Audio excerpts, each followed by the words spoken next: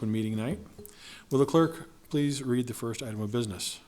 Yes, we would request those giving testimony to please clearly state your name and address and to sign in on the sign-in sheet laying on the podium.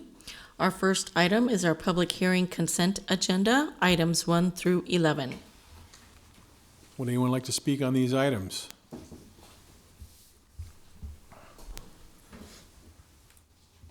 Good afternoon. I'm Bob Seelig, Robert Seelig. I live at 7901 Hacienda Drive in Lincoln, Nebraska. And I think I'm one of your agenda items. I thank Jim Lauerman and the mayor for considering me for this to fill in for Jim. I know it'll be a hard task, and I will do my best if the council so appoints me. Thank you. Any questions for Bob? John? Mr. Siegel, just for the benefit of the public, why don't you go through some of your credentials?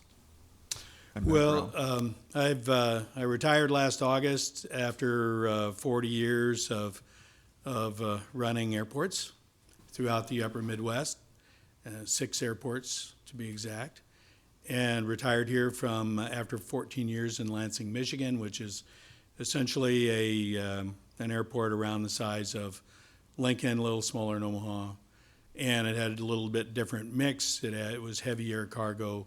It was an international airport, so we had service, air passenger service into the Caribbean and Mexico, and we had air cargo service from Europe, as well as it was a UPS hub, and so I'm experienced in a number of airports in development of foreign trade zones, development of commerce parks.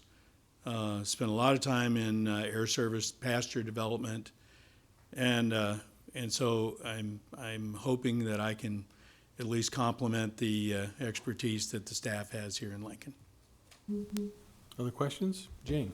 I just want to say thank you very much for coming back and wanting to serve in this capacity again. I know that we can certainly benefit from your years of experience and expertise in our airport authority. So thank you very much. Well, thank you. I'll do the best I can. Okay, anything else? Thank you, sir. Okay, thank you. Would anyone else like to testify on any of these items on the consent agenda? Please call the roll.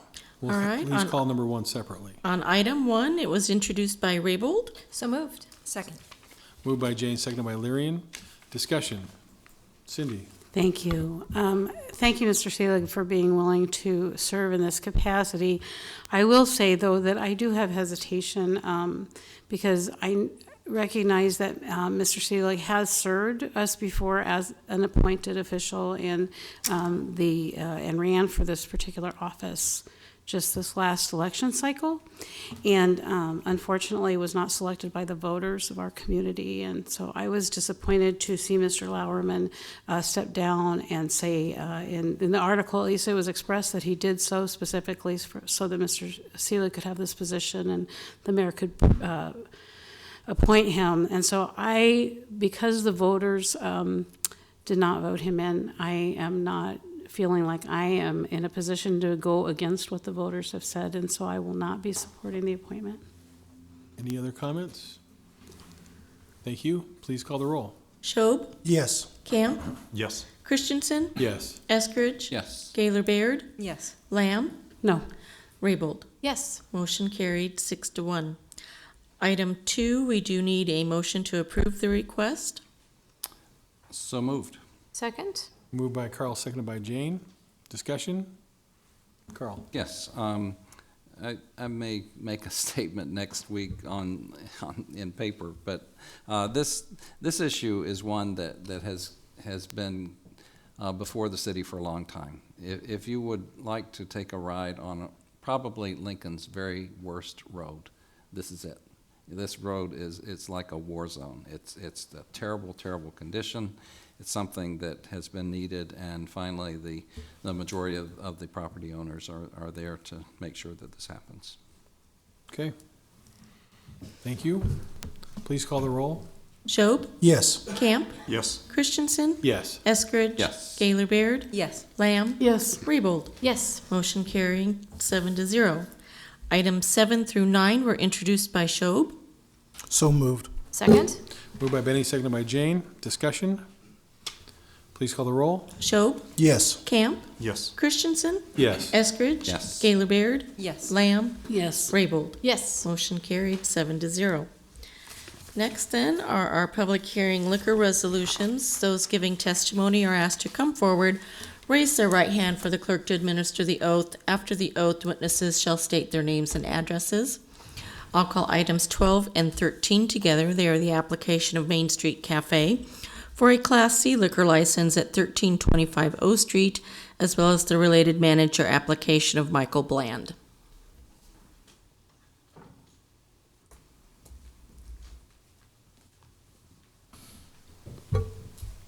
Right hand.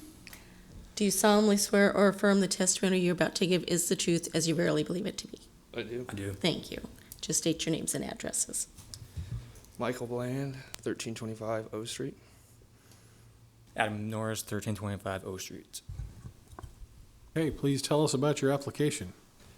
We're here today to file our Class C liquor license with you guys. Tell us about your business. About our business. Mhm. We've been in business going on 21 years now, down in the downtown location. And we're taking over. We worked there previously with the previous owner, Lawrence Shatters. So we understand, we've worked there 3 years now. So we know the ins and outs, and we will continue to provide excellent service to our Lincoln residents. Okay, questions? Thank you very much. Thank you. Thank you. Thank you. Next item, please. Next then, I'll call items 14 and 15, application of Stogie's Lady Luck Lounge for a Class C liquor license at 1332 P Street and the related manager application of Chad Carlson. Do you solemnly swear or affirm the testimony you're about to give is the truth as you really believe it to be? I do. Thank you. Please enter the appearance, Paul J. Peter, Keating O'Gara Law Firm, 530 South 13th Street, Lincoln, Nebraska. Chad Carlson, 1332 P Street. Okay, why don't you tell us about your business and the application? Yeah, thank you, Mr. Chairman, members of the council. This is an application for property on 13th and P Street. It was formerly located or known as a business that had a Class C liquor license, Leaf and Hop, which closed its doors a number of months ago. Mr. Carlson, through his limited liability company, CWC Enterprises, entered into a lease agreement for the particular property. And he's got a really, I think, innovative business plan with this, where the south side of it will be kind of a traditional lounge per se, but it's also a cigar bar. We'll also have some off-sale opportunities, including some small sundry items such as chips and pop and water and that sort of thing. Then on the north side will actually be a type of speakeasy lounge. It will not have the business plan will not have the cigar aspect of it, but it will actually have sort of a fun, innovative entrance from the alleyway in order for patrons to use that particular portion of the property. So an opportunity for, I think, a new use for that particular property and sort of that exciting P Street area that continues to see development. I would like to point out that I've worked with Mr. Carlson for a number of years. You'll see in the materials, he's one of the principals with Misty's. So between the 3 Misty stores, and then also they have a license for the catering services at the Champions Club. So he has a long history of managing food services and also retail liquor services, and he's been a very responsible business person in that regard. So we would respectfully request that you give favorable consideration to the application of the liquor license, as well as Mr. Carlson's appointment as the manager of that particular premises. Okay, questions from council members? John? Yes, either of you, could you, just for the benefit of everyone, explain how this will really be a two-step approach? Because as I understand it, you have just the premises today for the Stogie's portion, if I'm not mistaken, and then later, well, I'll let you explain it. Right, sure. Thanks, John. So the lease actually provides for the full 5,000 square feet with the breakdown of, like I said, about 3,000 to the south, 2,000 to the north. There's actually a tenant in that north area right now, but that lease arrangement will terminate as of September 3rd, September 30th or August 30th. 31st. Yeah, so September 1st. Chad will actually take physical possession of that particular area of the property. It's going to take him about 2 months to get that property sort of having it refurbished and some work done there. So the idea is that what we're doing is we're seeking the license approval for that, the south 3,000 square feet, and then we would come back or do whatever's necessary regulatory-wise to expand that 2,000 square feet once that becomes compliant with building code and everything else. Okay, other questions? Jane? I just have a question of Mr. Carlson. In the Speakeasy area, will the cigar bar continue into that area, or is it going to be a smoke-free area? Smoke-free area. Smoke-free, okay. Yes. You can enter from the back of the facility and from the alley, but once it fills up, we're going to probably just close off that door. It'll be just one entrance from the alley, but no smoking through that whole area. Okay, thank you. All right. Thank you very much. Okay, thank you. Would anyone like to comment on this item? Next item, please. All right, next I'll call items 16 and 17, application of Stewart 22 for a Class CK liquor license at 2110 Winthrop Road, and the related manager application of Trocon Brewer.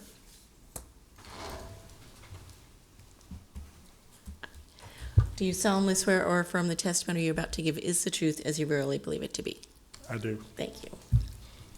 Just state your names and addresses. Charles Brewer, Trocon Charles Brewer, I'm sorry. That's okay. 1040 Geranium Drive, Lincoln, Nebraska, 68521.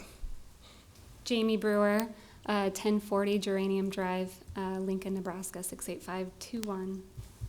Okay, please tell us about your business. Yes, thank you for having us. Well, we were looking to create a lounge, adult lounge focusing on Caribbean and African foods. So we're going to cater to the dinner crowd. So we're going to be serving a variety of things as jerk chicken, curry chicken, things of that nature. Okay, questions for Mr. Brewer? Thank you very much. Thank you. Would anyone else like to testify on this item? Next item, please. All right, next is item 18, manager application of Robert Davis for 48 Bowl, Inc., doing business as Parkway Lanes at 2555 South 48th Street, and 48 Bowl Incorporated, doing business as Hollywood Bowl at 920 North 48th Street. Do you solemnly swear or affirm the testimony you're about to give is the truth as you really believe it to be? I do. Thank you. Robert D. Davis, 2722 Docks Drive, Lincoln, Nebraska. All right, please tell us about your application. Hollywood Bowl and Parkway Lanes have been 60-year-old businesses, both in Lincoln, Nebraska, for years and years and years. Recently, one of our partners has decided to retire, and we bought him out in the last couple of months or so. And so basically, we have to change whoever the license is. And I've been in the business. I've actually been in this business for over 40 years now. Have done every single thing that a bar and a bowling center and all that food service. So basically, I have the experience. I have taken the hospitality course when we first got the liquor license in 2000. I am scheduled to take it again on the 10th of August. And I also obviously already have all the RSBT training and all of that stuff that's required of the city right now in order to be able to serve liquor. Okay, questions for Mr. Davis? Thank you, sir. Thank you. Would anyone else like to testify on this item? Next item, please. All right, next is item 19, application of Lincoln Pub Group for a special designated license to cover an outdoor area measuring approximately 80 feet by 60 feet at the Hide and Fur Building parking lot at 728 Q Street on September 2nd, 16th, and 23rd, October 7th and 14th, and November 4th and 24th between 8 a.m. and midnight. My name is Todd Campfield. I live at 6240 Northwest 2nd Circle, apartment 245 in Lincoln, zip code 68521. All right, can you tell us about your event? Yes, this is obviously a beer garden for the 7 football games this year. Lincoln Pub Group's the incorporated that owns the End Zone Bar and Grill down the Haymarket at 7th and Q Street. Every year we rent out or lease out the beer garden from our landlord. And we set up snow fencing along the perimeter with 2 exits, set up some 10 by 10 tents, some tables, a TV, possibly a speaker for some music. We applied from 8 a.m. to midnight to kind of cover both early 11 a.m. games all the way to the 7 or 8 o'clock p.m. games.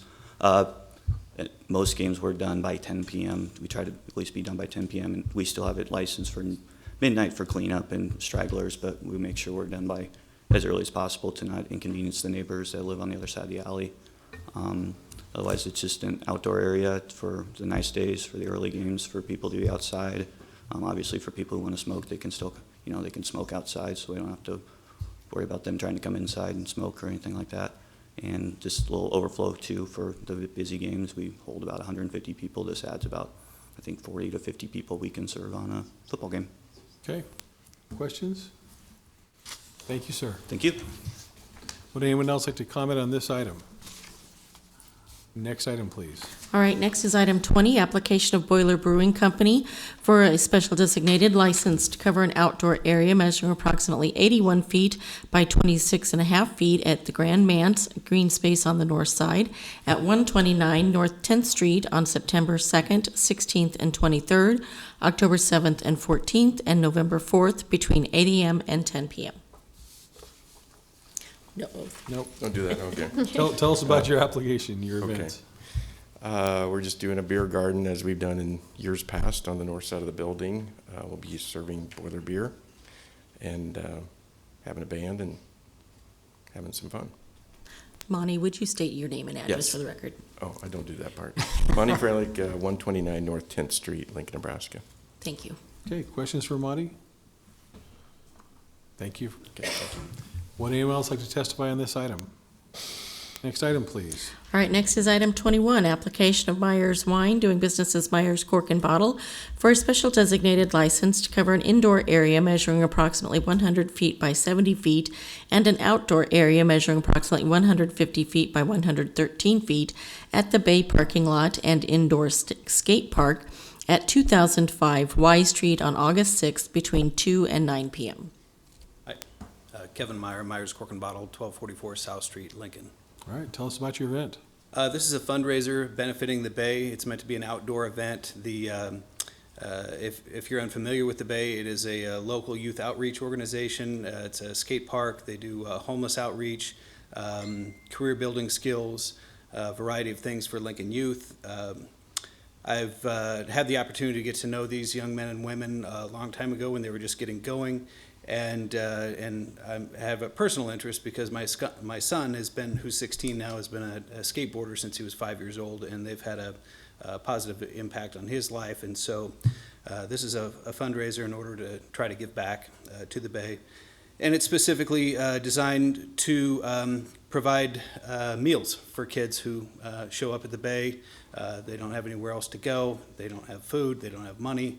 But it gives them a safe place where give them something to do and someone who cares about them, and also the ability to feed them.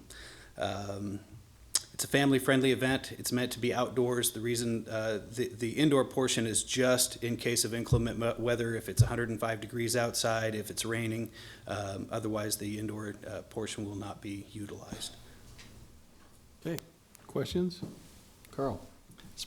May not be in your bailiwick, but I did read that there are food trucks involved. So Yeah. What do you know about that? Yep. So this is actually in conjunction with a partnership with Spreetail, their community outreach group, and it was their idea. They're the ones that approached me initially, and basically the idea is that, again, it's a family-friendly event. There's going to be various food trucks available.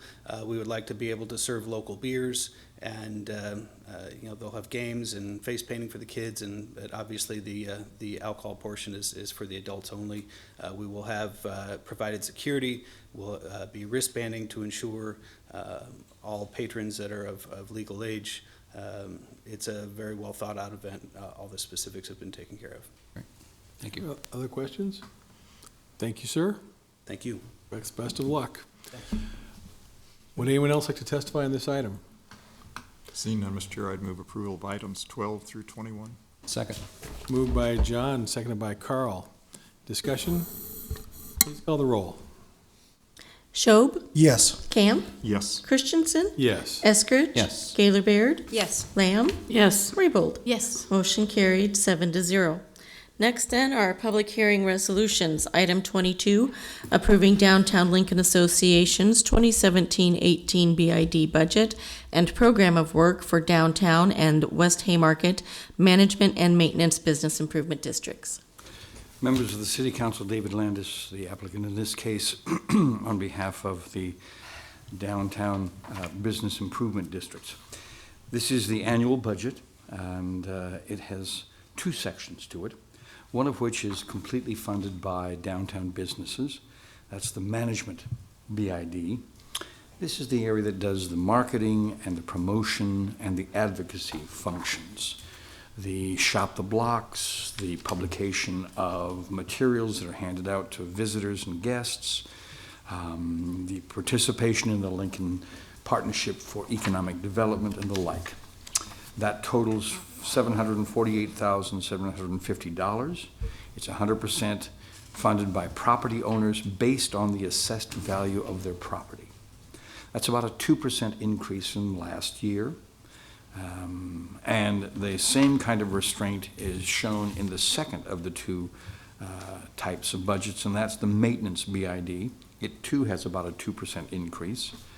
The total for the budget that is split between the city and the DLA BID is $753,856, 50% funded by assessments on a linear front footage basis, and a 50% city contribution.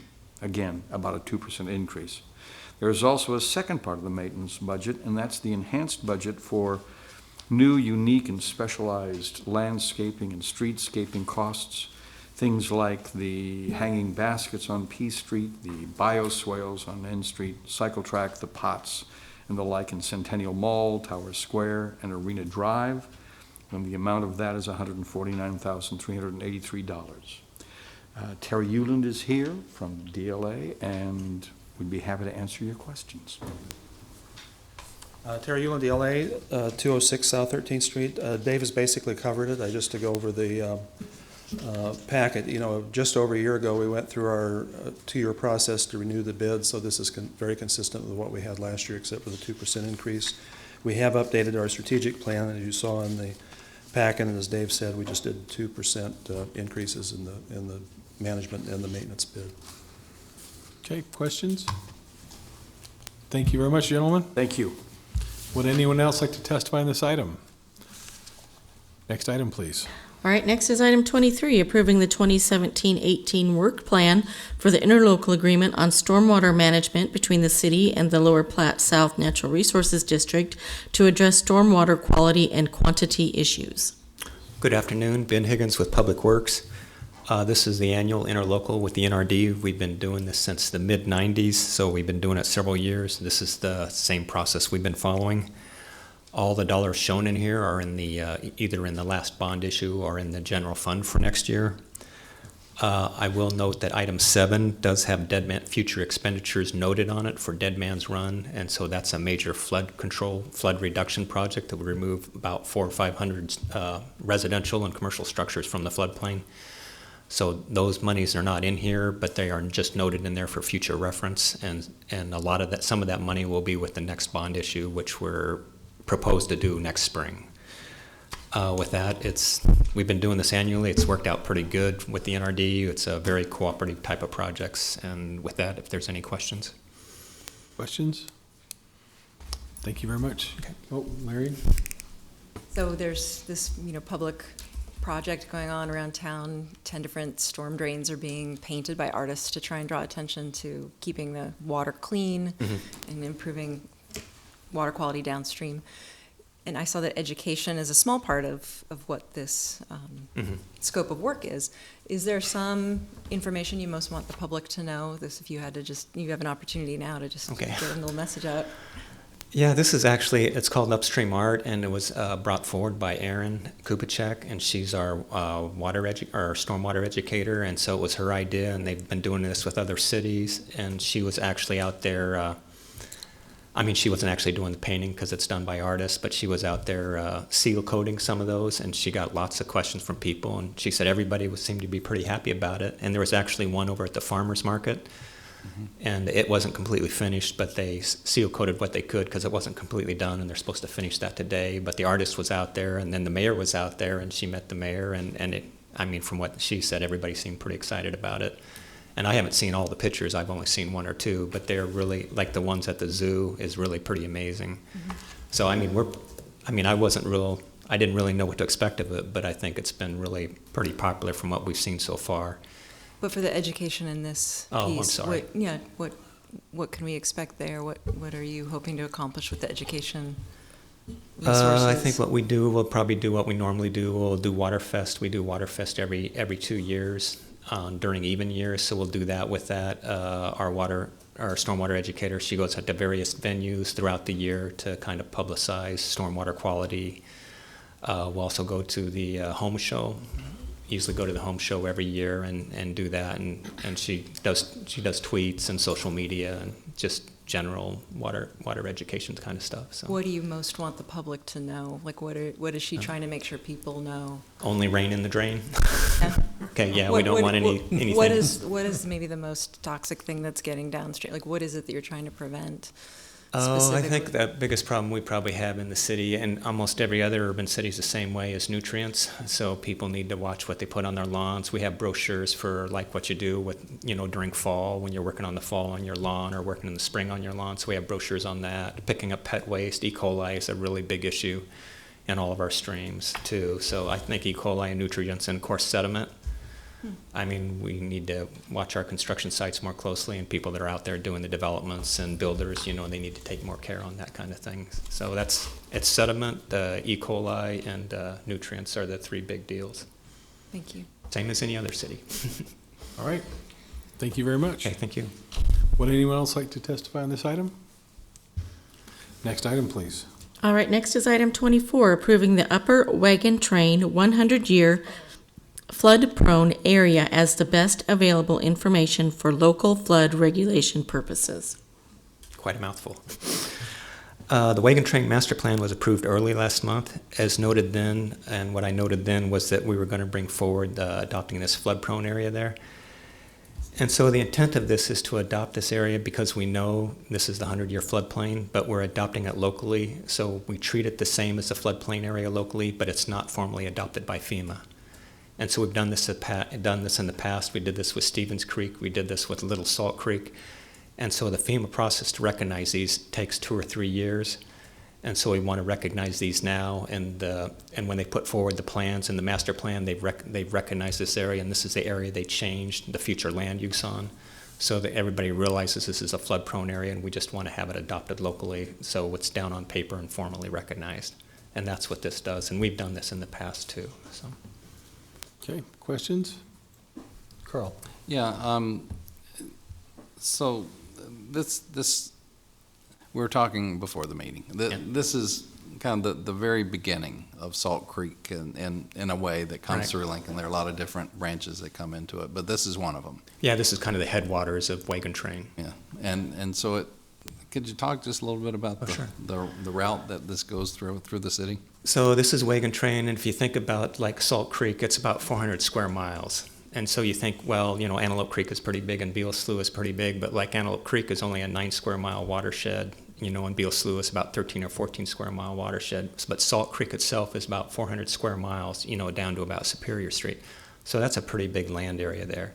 And so this Wagon Train, right in that area where the tip of it is over there by Highway 2, that's about the headwaters of 3 watersheds, Beale Slough, Stevens Creek, and Wagon Train. Wagon Train actually flows south, but then it hooks back around into Salt Creek, and then Salt Creek heads north and drains north, which always seems strange to some people. But so that's actually, that water that goes down through Wagon Train actually comes back around and comes through the city through Salt Creek. So we're trying to get these areas because it's very important to protect these areas, with the 100-year floodplain, because it's a lot less expensive to do these now to protect these areas than to have people build in the floodplain.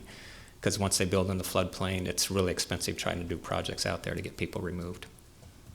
And when, again, you look at, we talked about it, Maryland Moore School, the new middle school getting ready to open next month. Right. That's kind of the headwater right at that point. Yeah. And all the way south to Hickman, Yeah. curves back around through West Lincoln, curving back around again through North and Northeast Lincoln, all the way toward Ashland eventually. Yeah, so the school actually drains two ways, and one of it drains all the way around down south and back up north, and the other one just drains north. And they all meet up, you know, at the head, at Stevens Creek, the confluence of Stevens Creek and Salt Creek. Okay. Other questions? Important. Thank you, sir. Okay, thank you. Would anyone else like to testify on this item? Next item, please. All right, next is item 25, Comp Plan Amendment 17004, amending the 2040 Comp Plan to change the future land use map, priority growth area designations, and future service limit on property generally located between South 70th and South 84th Streets and Saltillo and Rokeby Roads. Good afternoon, council members. My name is Mike Eckert, appearing today on behalf of the O'Brien family, as I refer to them. A set of cousins that have a piece of land that we have figured out how to get sewer to. Ironically, it is in the same watershed basin that Mr. Eskridge was just asking questions on. I want to put up this exhibit to give you a little more feel for what we are proposing in terms of the area in Lincoln. Our comprehensive plan amendment is for about 80 acres right in this area. So it actually goes down and touches Saltillo Road. That's how far south we're getting.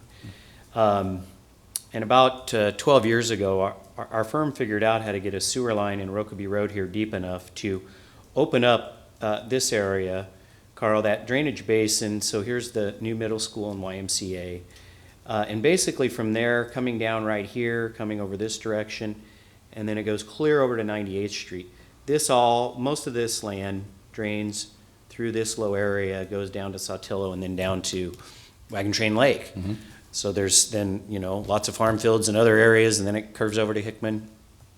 So what we figured out then was how to get this area to come back and have the sanitary sewer be captured and go down the lines in Beal Slough, yet their stormwater continues to go south. And so at that time, in our analysis, we had kind of stopped at this half-mile line in terms of our ability to sewer that.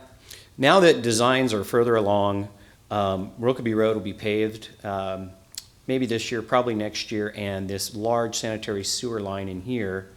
Now that we have more design data, we did look closer at bringing sewer up here to serve this O'Brien property, and demonstrated to the planning department, and particularly the wastewater department, how that could be done, how we can get it to gravity sewer back. So we're conforming with that policy. And it turns out to be a very efficient area. We have had numerous water lines, sewer lines extended into this area through the CIP and through coalition member contributions.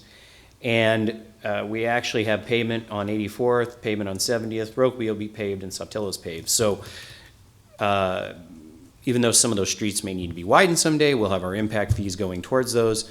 But in terms of a very efficient project for the city, since we're at the end of what we can kind of get back, the sewer lines are small, the water lines are small, and it's just going to be a matter of local streets. We'll probably have to do some turn lane improvements on Saltillo when we get there. But all combined, it's a very efficient development. And so we demonstrated how it could be sewered. We demonstrated the capacity was there, and staff was in agreement with this. And so what's before you is basically to change the future service limits. At another point, we would be coming in for annexation and development. Currently, annexed property is up in this area. The park is annexed. And so it'll be several years before we get down there in terms of contiguous annexation and the logical path of development. But the O'Brien family wanted to come forward and have us do this analysis. It showed we could get sewer to it, and so we're here today to ask that you approve this comp plan amendment. I'd be happy to answer any questions you have. Questions from Mr. Eckert? Go ahead. Thanks for being here today, and yeah, you clearly were persuasive. And just had one question. I noticed in the staff report that there was a recommendation about a pipeline planning area, and just wanted to make sure you're aware and comfortable with conforming with those requirements. Very good question. So what we showed on the comprehensive plan amendment, this is 84th Street, and this is the map floodplain that Ben just got approved. That was part of the coalition study. And then, the gas line comes along here and then starts to turn up. And so what we've shown in the comprehensive plan, we just designated that area as a commercial use. So we're aware of it. We took the appropriate recommended setbacks that are in there today and labeled it as a commercial use. Okay, Yep. thank you. All right, thank you. Would anyone else like to testify on this item? Next item, please. All right, next is item 26, special permit 17012, appeal of Darlene Pullman from the Planning Commission's approval of a special permit for installation of a 100 kilowatt solar energy system with a waiver to reduce the front yard along Interstate 80 from 25 feet to 5 feet on property generally located at West Lakeshore Drive.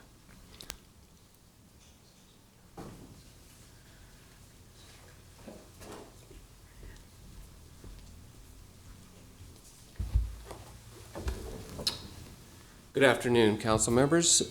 I'm Terry Whitler. I reside at 1940 Surfside Drive. I'm appearing in support of a special use request that was approved by the Planning Commission and has been appealed by Mrs. Pullman.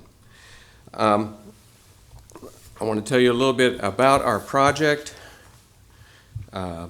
Capitol Beach is an association of approximately 240 homeowners. This project is intended to place solar panels on land that is not currently used and that cannot be developed or used in the Capitol Beach area. We started this project last fall. We had our annual meeting of our homeowners association in January. We obtained approval of the association members to proceed with this project. We then obtained authorization from our board of directors to proceed with that project.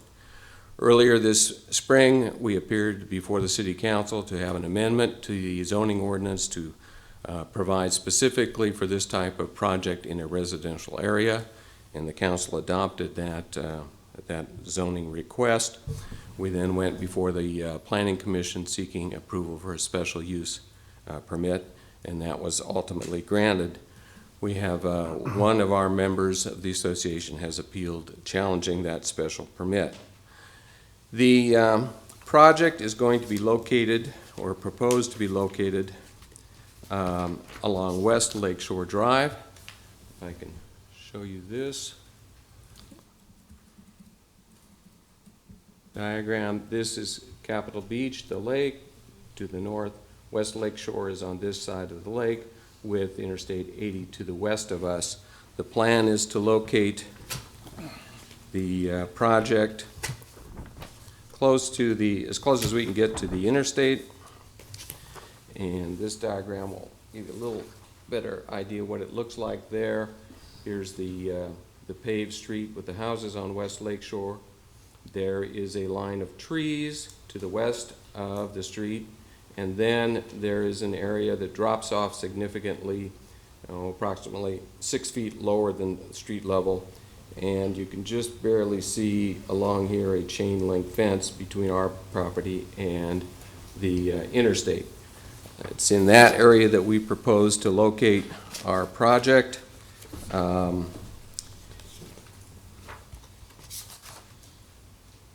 I want to show you a couple of photographs to give you an idea of what this area looks like from street level looking to the west. Here is one view looking to the west. The project will be located behind these trees, and again, as I said, about 6 feet lower than this surface area. You can see a utility pole here with a transformer. That's the LAS line that we will actually plan to tap into. Here's another illustration, again showing the tree cover along there, and a third. Our proposal includes a plan to add some additional trees if necessary to shield the site from view. I don't know if you're going to be able to see this or not, but this is a solar panel installed by the company that we're working with. This is a 10 kilowatt array, so in theory we could have 10 of these, although our plan is that ours will be significantly wider. We have approximately 88 feet to work with, east to west, so ours will be wider, so we might have perhaps 6 of those rather than 10.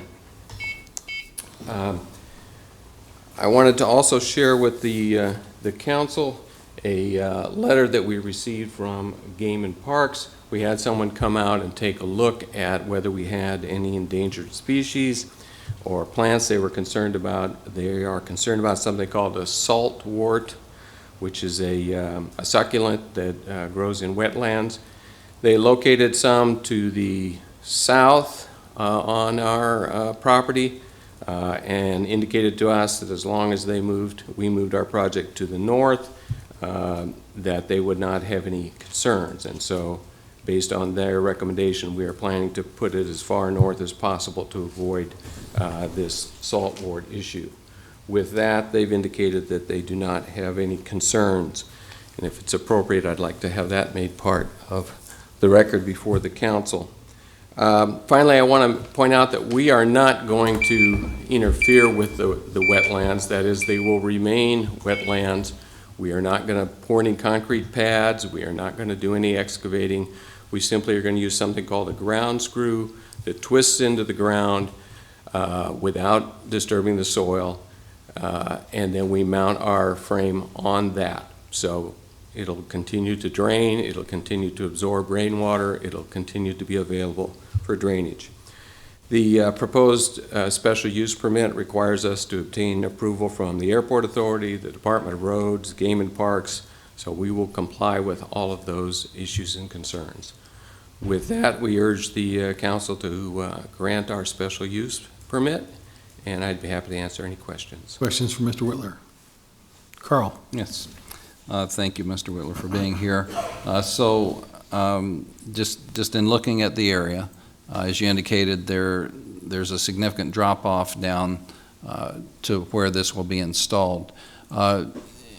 It'll be largely hidden from view from residents at Capitol Beach, but it will be exposed openly to the interstate. And so, Department of Roads, and any involvement with them about the positioning of? We haven't heard any. We've reached out to them. We haven't heard any concerns from them.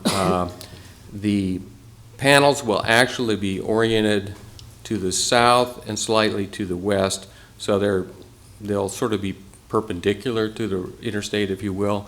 So, drivers are not going to be driving towards the panels. They'll be driving past them. The panels do not reflect light. They, in fact, absorb light. So we don't anticipate any problem either from the Airport Authority or from Department of Roads. Okay, good. And the environmental issues indicate that it sounds like those have been addressed. It's such an interesting area. I mean, this was, if you drive by there, you literally see the salt in the ground as you drive by, and that's why people came to Lincoln, settlers or Native Americans originally, just because there was salt around here to harvest it. So it's important to recognize that and do what we can, but I think it seems like a good mixed use in a way of having that natural use and also utilizing the sun for power. So thanks. Okay. Other questions? Thank you, Mr. Whitler. Thank you. Would anyone else like to testify on this item? Next item, please. I have a staff question. Staff question? Mr. Bayo, could you come forward, please?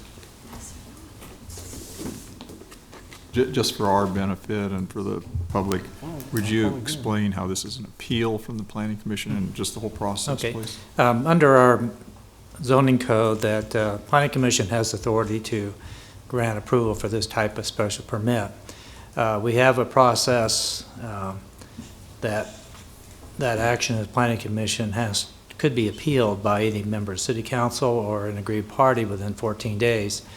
If that appeal occurs, the item automatically is forwarded to city council's action to take final action, and you treat it basically as a new application. The planning commission decision is merely a recommendation. When I talk about this to people, I say this is really just a request for city council to take final action. There's really no appeal because you're not evaluating the merits of what the planning commission actually did. You're making a new decision on your own based on the evidence before you. So if I may, just for clarification then, although our subtitle here says an appeal of this particular constituent or homeowner, we would be voting on is to ratify the permit. The entire, yeah, you're voting on the entire application, not just like if a person might appeal and say there's just one condition they didn't like of a planning commission, that wouldn't matter. The whole thing would come to city council. Here, the whole application, the whole special permit is before you. So all the conditions of approval, those would be your decision-making as well, so. Thank you. Okay. Now, once again, would anyone else like to testify in this item? Next item, please. All right, we'll move on to our public hearing, ordinance's second reading and related resolutions. Item 27, street name change 17002, renaming Seavers Lane, located west of South 26th Street and south of Rokeby Road as Seavers Place. Someone here to testify on this item? Okay. Next item, please. Next is item 28, change of zone 17014, application of Wayne and Laura Pester for a change from AG Agricultural to AGR Agricultural Residential on property generally located at Southwest 25th Street and West Denton Road. Good afternoon, Mike Eckert with Civil Design Group, appearing today on behalf of Wayne and Laura Pester. They have this 25-acre parcel located out on West Denton Road, fairly close to the Bridges, I think is a development many of you might be familiar with. And so we did a combination change of zone and a community unit plan, which was approved by the Planning Commission unanimously, as well as the change of zone. As you're probably familiar, many of the areas out here on West Denton Road are already acreages or those rare parcels that are in the comprehensive plan deemed to be acreages, and that is one that Wayne and Laura have. And so, we're doing a community sewer system with a build-through model, so it does leave a lot of area for urban expansion when utilities do get out there. So I think planning staff's very happy with that, and the Planning Commission approved this unanimously, so we would just like you to also approve the change of zone from AG to AGR. Questions from Mr. Eckert? Thank you, sir. Thank you. Would anyone else like to testify on this item? Next item, please. Next is item 29, change of zone 17011, application of Robert H. Schwissow Revocable Trust for a change from AG Agricultural to R3 Residential on property generally located at North 49th Street and Elbow Road.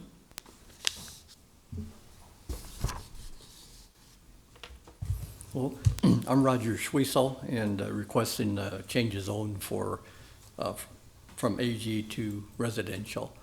We've got a strip of ground that ends on Elbow Road and 49th Street that isn't connected, and this partial here would connect the two pieces together to make a loop out of there.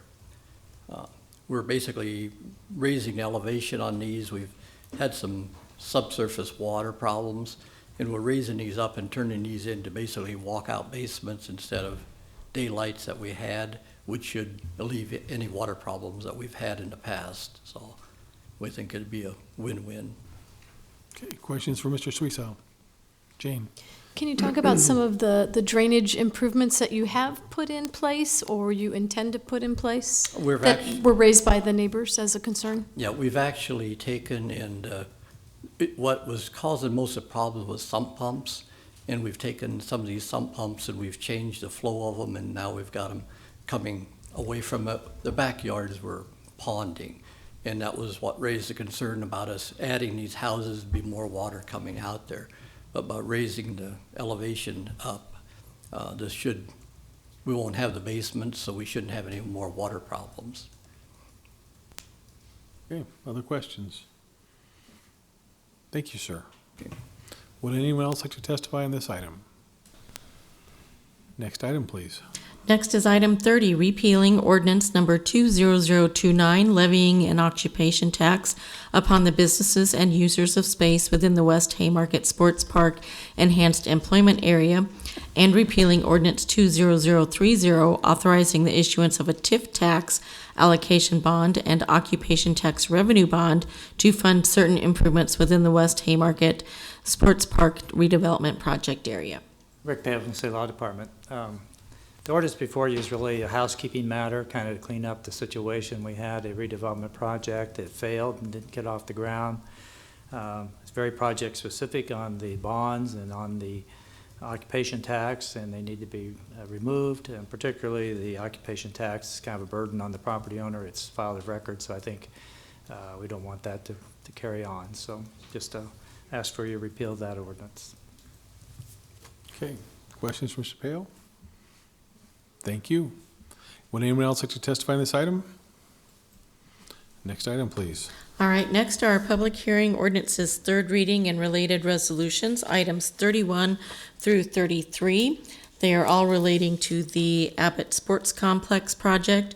I will note for the record, we did request, or did receive a request to continue the public hearing on these three items 2 weeks to August 7th. So moved. Second. Moved by Cindy, seconded by John. Let's have some testimony here. If I don't need to say anything, I don't need to say anything. That's fine. No, Andrew Willis, Klein Williams, on behalf of the applicant, and just wanted to come forward again because there's last week we learned some new facts and things kind of needed to. I think we recognize we need to slow down as the buyer, representing the buyer. Our position really hasn't changed. We've signed a purchase agreement, and after the seller listed the property for sale, but we understand that there are some other issues, and we're really not in the position to address those. So I don't know what is exactly happening behind the scenes, but it's really not involving us as much as Lincoln Sports Foundation, potentially their board, Abbott Foundation. I just don't have answers. So what we said was we'd like to step back, take a break, and hopefully maybe in 2 weeks they've figured something out and maybe address those questions. John? Yes, thank you very much, Mr. Willis. We had been looking for material I specifically asked you to provide, and we didn't get that. Can we deduce from that there is some question of whether there was the authority by the president of the Lincoln Sports Foundation to execute sale agreements? Or? I'll speak a little bit out of turn because, again, I don't have all the information, but my understanding is there was a vote where 3 out of 5 approved, but it was an email vote rather than a simultaneous vote, and there's different rules under the bylaws for that. Again, so I don't know. So yeah, so there's at least an issue out there. Now, that said, there's a lot of ways that may be addressed. It may be that they hold a special meeting and ratify. It may be that other things happen. But I think there's enough of an issue there that we as the buyer really aren't in any position to insert ourselves. And I think there's other, again, that said, our position really is we still believe that we have a signed purchase agreement after the property was listed for sale and the president signed that listing. But we'd like to at least step back and let them address it between the foundations or however they needed to do it. And then hopefully maybe, I don't know if anything will be resolved in 2 weeks, but that is an opportunity hopefully to answer some questions. Okay. Thank you. Jane? Well, that was my question. Is 2 weeks a sufficient delay, or would you prefer it be a month? Well. And also, the other question is, would we be able to review a copy of the bylaws too? So again, I don't have those. I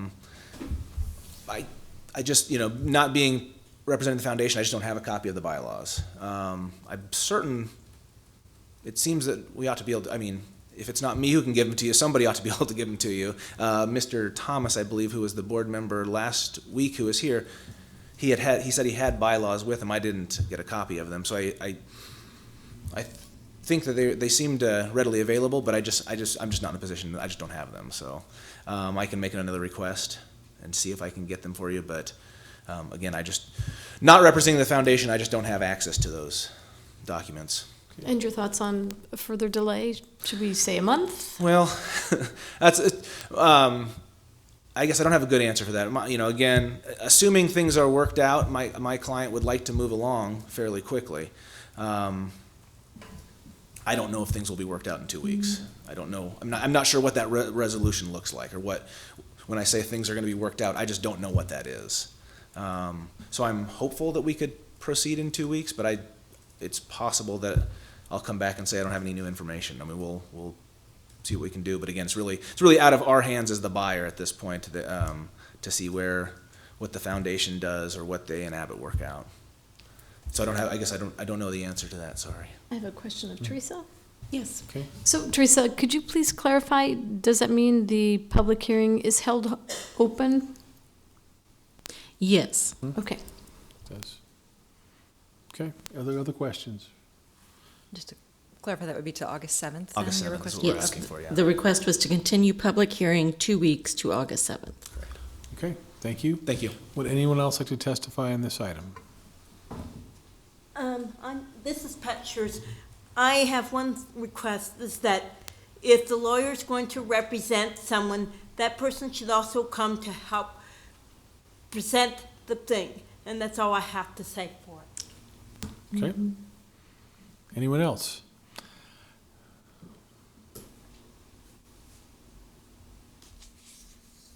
I'm not sure, is it best if I do this now or in 2 weeks?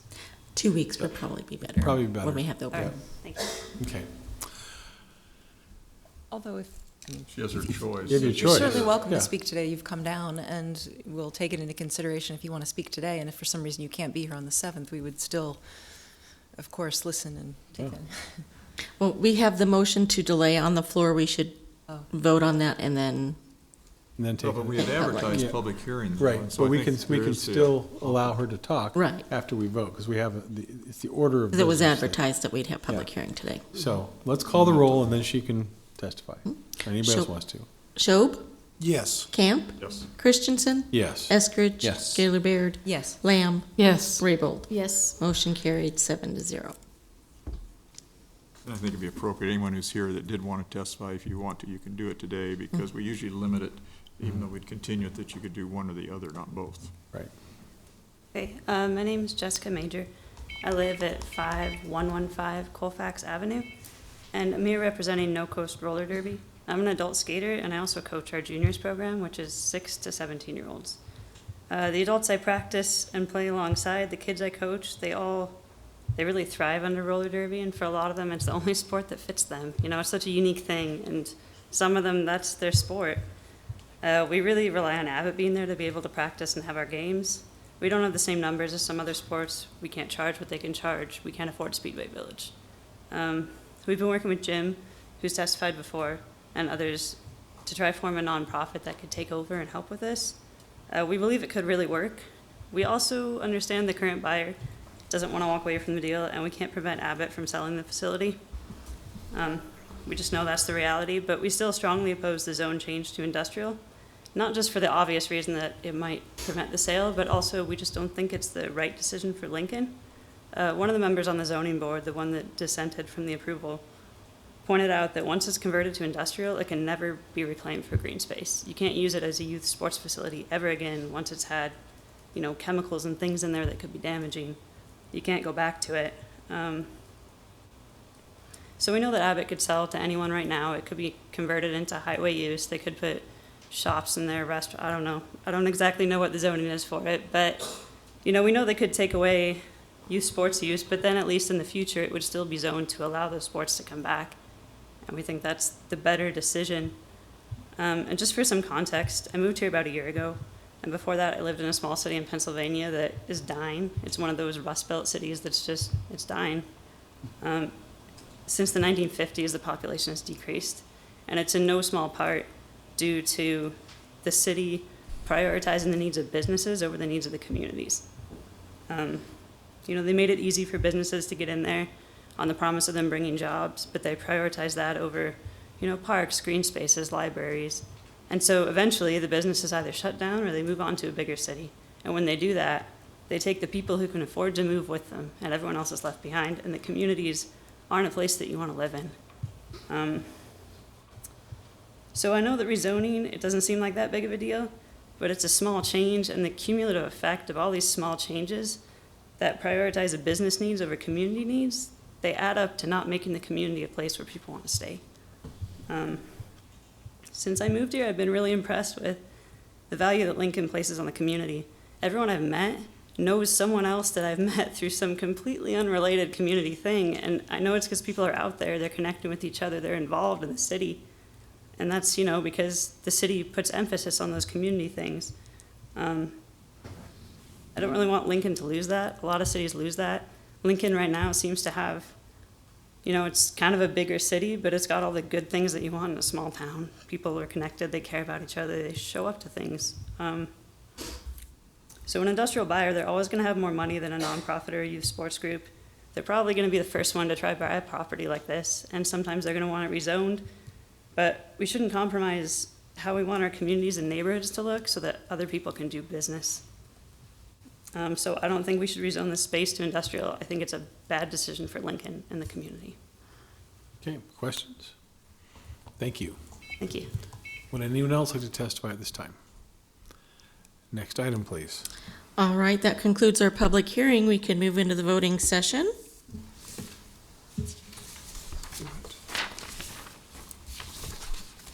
Public hearing resolutions. Item 22 is the Downtown Lincoln Association's 2017-18 BID Budget and Program of Work, introduced by Raybold. So moved. Second. Moved by Jane, seconded by Carl. Discussion.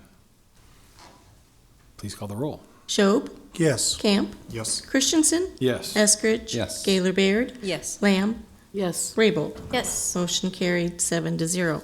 Item 23 is approving the 2017-18 work plan for the interlocal agreement on stormwater management between the city and the Lower Platte South NRD, introduced by Raybold. So moved. Second. Moved by Jane, seconded by Carl. Discussion.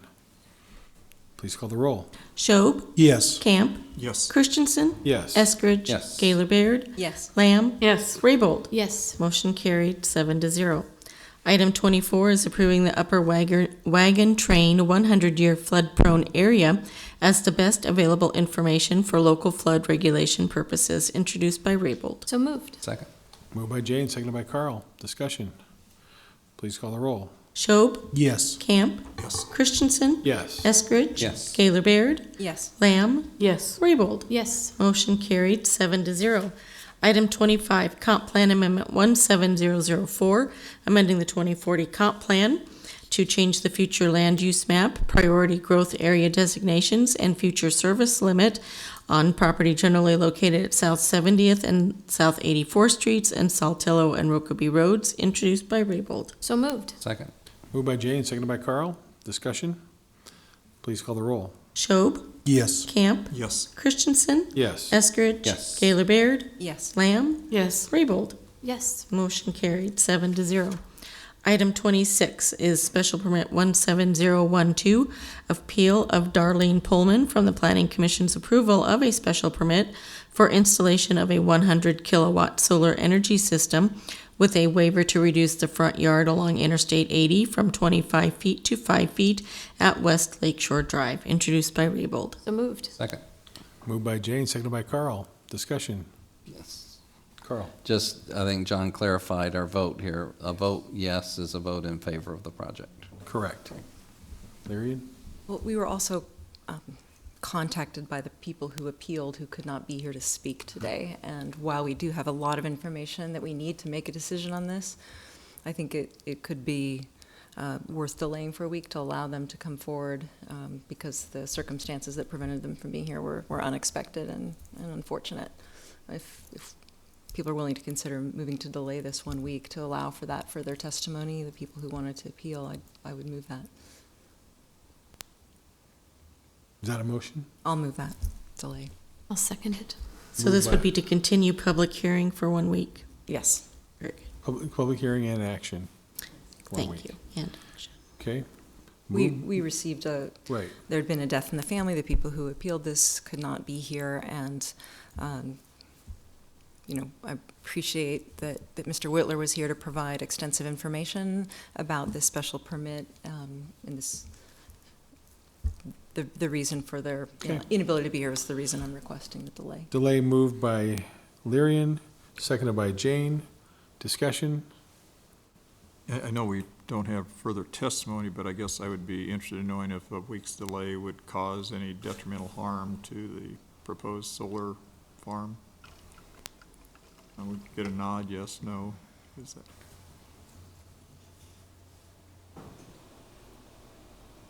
We started this project last November, and we were told that, from the planning people, that it looked like it could sail right through.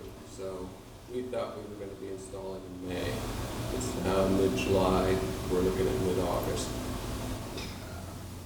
Every week doesn't help us any. Okay. Yeah, I'm going to speak against the motion. As far as I know, there's one person who is opposed to it. We haven't had anybody else show up at all. The issues that were raised were not insignificant issues. They're environmental issues, but Mr. Whitler also presented information to us indicating that Games and Parks was satisfied that this plan met their needs. They made some adjustments as to the placement of the facility. I'm ready to vote. Any other comment on the motion to delay? Please call the roll on the motion to delay. Schob, No. Camp, No. Christensen, No. Eskridge, No. Gaylor Baird, Yes. Lamb, No. Raybold. No. Motion lost 1-6. Now on the main motion, any comment? Discussion? Please call the roll. Schob, Yes. Camp, Yes. Christensen, Yes. Eskridge, Yes. Gaylor Baird, Yes. Lamb, Yes. Raybold. Yes. Motion carried 7-0. Excuse me, point of clarification. Did I misunderstand, or was it you said 4-3 it lost on the amendment, or? On the motion to delay, it was 1-6. 1-6, yeah. I think it was 6-1. It was 1-6, But I 6-1. believe the clerk read Oh. 4-3. No, I said 1-6. Oh, pardon me. That's okay. Okay. All right. The senility is Moving tough. on. Next item, please. All right. Public hearing ordinances, second reading, were items 27 through 30. Public hearing ordinances, ordinances, third reading, items 31 through 33 were continued public hearing for 2 weeks to August 7th. Ordinances, third reading, item 34, change of zone 17008, application of MJB Properties and Charles and Mary Sherman for a change from R1 residential to O3 Office Park on property generally located at 6969 South Street and 2215 South 70th Street, introduced by Gaylor Baird. So moved. Second. Moved by Leary and seconded by Benny. Discussion. Please call the roll. Schob, Yes. Camp, Yes. Christensen, Yes. Eskridge. Yes. Gaylor Baird, Yes. Lamb, Yes. Raybold. Yes. Motion carried 7-0. Item 35 is use permit 17005, application of MJB Properties and Charles and Mary Sherman to allow for office and residential uses and related improvements with waivers from setback and frontage requirements on property generally located at 6969 South Street and 2215 South 70th Street, introduced by Gaylor Baird. So moved. Second. Moved by Leary and seconded by John. Discussion. Please call the roll. Schob, Yes. Camp, Yes. Christensen, Yes. Eskridge, Yes. Gaylor Baird, Yes. Lamb, Yes. Raybold. Yes. Motion carried 7-0. Item 36, Comp Plan Amendment 17006, amending the 2040 Comp Plan by revising the boundaries of the future land use plan residential, green space, and environmental resources designation areas, expanding the future service limit, and changing the future growth tier designation from Tier 2 to Tier 1 Priority C, Tier 2 to Tier 1 Priority A, and Tier 1 Priority B to Tier 1 Priority A on property at South 27th and Rokeby Road, introduced by Gaylor Baird. So moved. Second. Moved by Leary and seconded by John. Discussion. Please call the roll. Schob, Yes. Camp, Yes. Christensen, Yes. Eskridge, Yes. Gaylor Baird, Yes. Lamb, Yes. Raybold. Yes. Motion carried 7-0.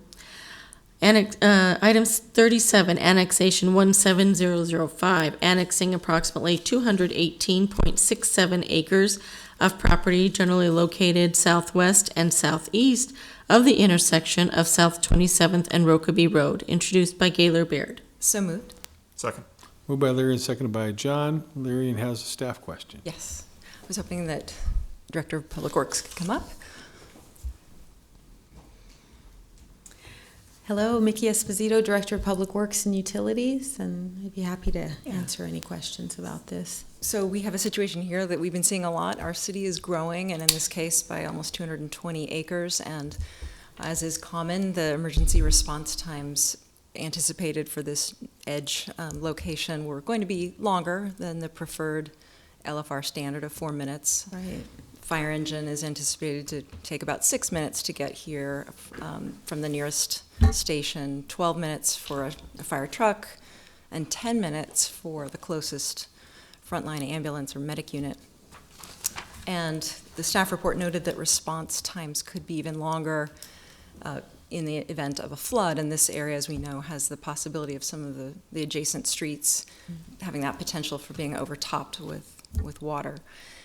And to address these important and hopefully rare and hopefully concerns that won't be realized, but to address them proactively, I know that Public Works worked with the applicant to not only secure upfront investment from the developer for infrastructure improvements, but also to put some signage out to alert the public, not just the people who might live here, but even people driving in this area, that the roads could be overtopped with water in the event of a severe flood. So I guess the question I wanted to ask you is the timing on the signage. Can that be installed prior to the completion of construction so that that's in place and making the public aware prior to move-in of residents? Well, absolutely, and not only are we committed to the improvements to the east at 40th Street, we're also committed to placing those signs prior to any home construction. We've made that promise. That is upon our authority as soon as the land is annexed, so that will be no problem whatsoever. Okay. We'll stick to that commitment. Thank you very much. Okay, you bet. Other questions for Mickey? Thank you. Any further discussion? Please call the roll. Schob, Yes. Camp, Yes. Christensen, Yes. Eskridge, Yes. Gaylor Baird, Yes. Lamb, Yes. Raybold. Yes. Motion carried, 7-0. Item 38, approving an annexation agreement for Iron Ridge between the city, Charter Title and Escrow Services, and Apples Way LLC regarding the city's annexation of property at South 27th and Rokeby Road, introduced by Gaylor Baird. So moved. Second. Moved by Larry and seconded by John. Discussion. Please call the roll. We did have a motion to amend number 1. I would move motion amend number 1.